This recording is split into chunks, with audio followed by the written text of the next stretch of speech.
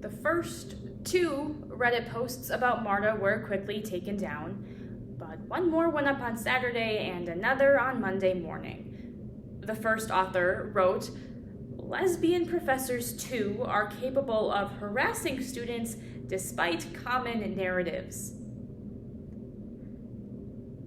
But it was the second post that scared me. "Hi y'all," it read. "I'm looking for advice. My linguistics professor has offered me wine several times in her office and acted inappropriately when I see her in various queer spaces." The mention of wine and Marta's office reinforced what I felt I already knew, that the accusations were false.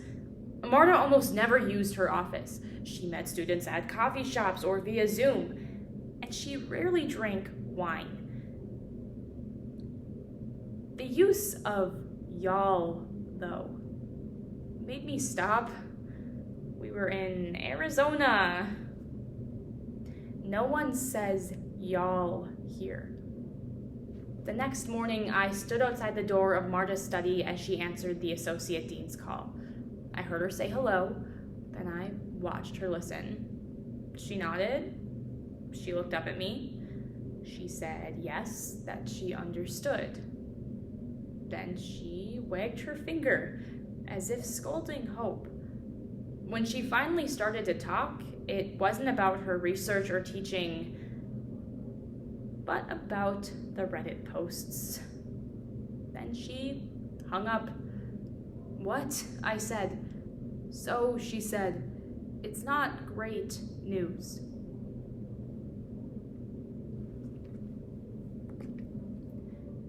In 1972, Title IX was enacted in order to control sex discrimination on school campuses, a process inherently implemented to do good. Today, Title IX has provided opportunities for individuals to use this system against those it was meant to protect. The National Association of Scholars details the weaponization of Title IX in October of 2020. They explore a multitude of cases where students and instructors alike have become victims of the abuse of Title IX.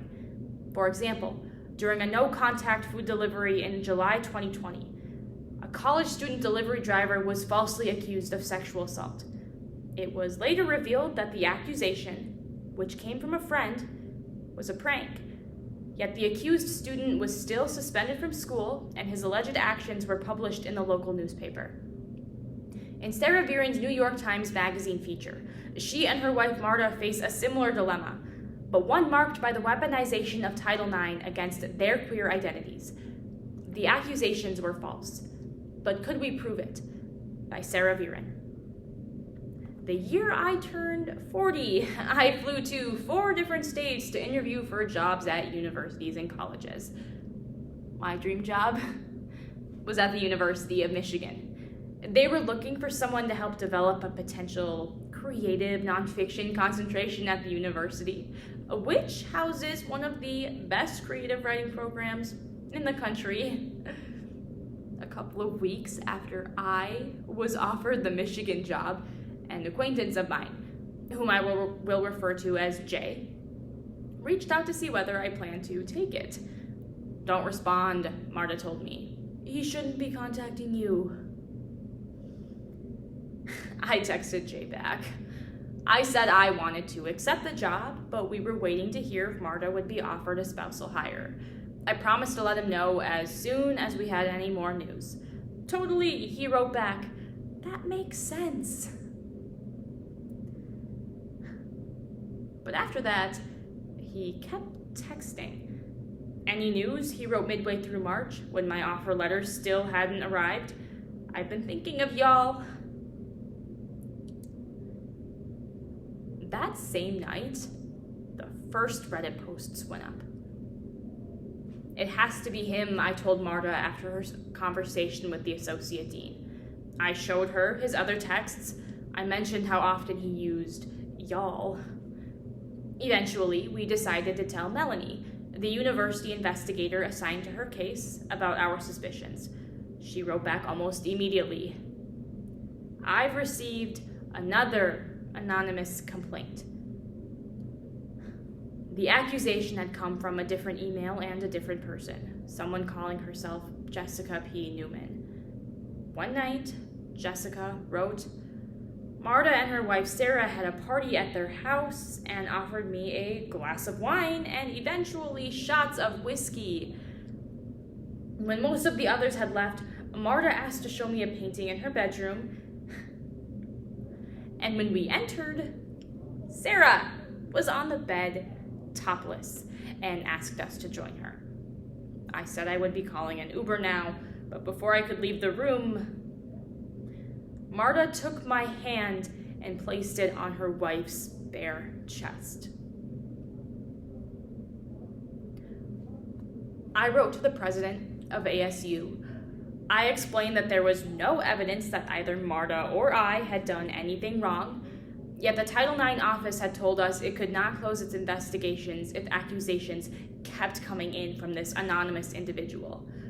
We are strong believers in the importance of Title IX protections, I concluded, but we also feel like there has to be a system in place to protect faculty and students from outsiders who might use that system to defame and harass. 2 days later, I received the official offer letter from Michigan. And for the smallest moment, it felt as if our story had actually come to an end. Because the way I wanted it to end was like this. Marta would be offered a spousal hire at Michigan, and I would accept a dream job teaching creative nonfiction. But also, Jay would admit what he had done to us. He would pay our legal fees, and we would all agree to just move on.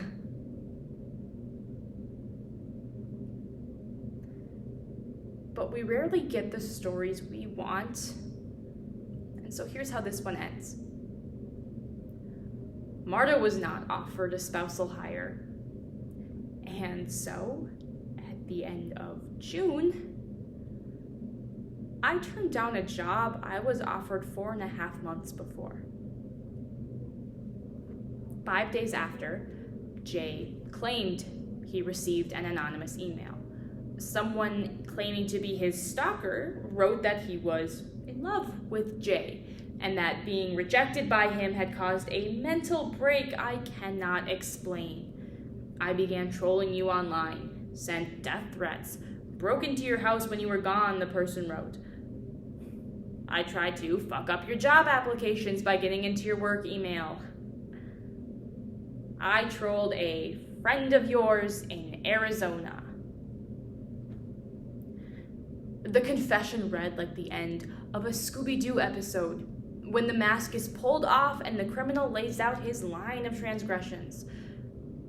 It was the kind of confession I had once hoped Jay would give us. Once we began sharing what was happening to us with others, almost everyone we knew was horrified. They said they'd never heard of anything like this. But now I wonder how true that is. I think about so-called deepfakes, these women's faces being fastened onto the bodies of porn stars and passed around, the trolling and doxing of women online. Our story is more akin to those tales than anything that has to do with Title IX. But because the narrative got started one way, it was hard for us, and even harder for academic institutions, to change direction.